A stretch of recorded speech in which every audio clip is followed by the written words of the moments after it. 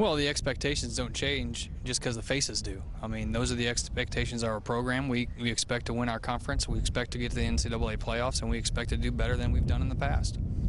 When you take a look at the playoffs, it seems like these guys are saying third round. That's now the goal for this football team when it comes to the postseason. Well, we haven't won a third round game yet. You know, we had a list of about 80 things to check off in our football program 5 years ago, and we're down to, 4 of them. You know, and that's a pretty good list to have. But we've got to get over the hump, and we've got to win a second round game and get to the third round. You know, your 6th year here at Trine. Where have you seen the biggest progress aside from obviously this facility? Where have you seen the biggest growth in terms of what you guys have been able to do on the field? The attitude change. You know, the expectations of our players. There's expectations from administration and from our fans and from the people around our program, but none of those expectations are any more difficult. They're not as difficult as the expectations that we put on ourselves as a football program, players, coaches, trainers, everybody. And once you get to that attitude, you've got yourself a football program, and this is a big year for that. Obviously, Eric Watt had a great year last year, Gagliardi Award winner, Conference Player of the Year offensively.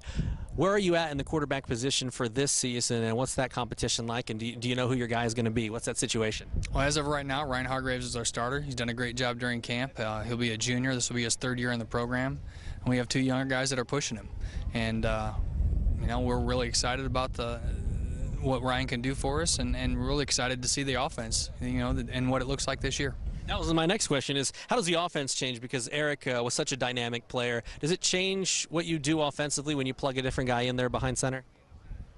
I don't think so. We don't have any different plays in, if that's what you're asking. We do what we do. This is our offensive philosophy. We recruit players that can fit that offensive philosophy, and we run our offense. We expect to be efficient offensively. We expect not to turn the ball over, and that's what our philosophy is on offense, and that's what we expect will happen. Defensively, you've got 4 starters returning. You graduated Aaron Selking, some talented players as well.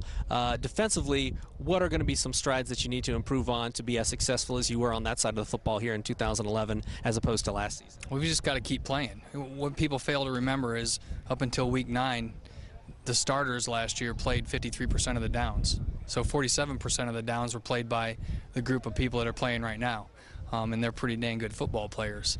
And, so while I get these questions a lot, there's no change in our expectations or our scheme or what we're doing. We have good football players, and we're excited to see new faces. Quite frankly, the last couple of years we've had the same kids playing for 2 years. It was kind of boring because, we knew what we were going to get every day and every time when we went out there. This year is a little different. We got a lot of new faces, so it's exciting for the coaching staff, and we have to work a little harder and we have to coach a little bit harder. Not that we didn't last year, but it's just different. It's more exciting, so it's made for a really fun camp, and we really get to see a lot of kids in situations that they haven't been in before and see them perform, see them fail, coach them up, and get them in a better position.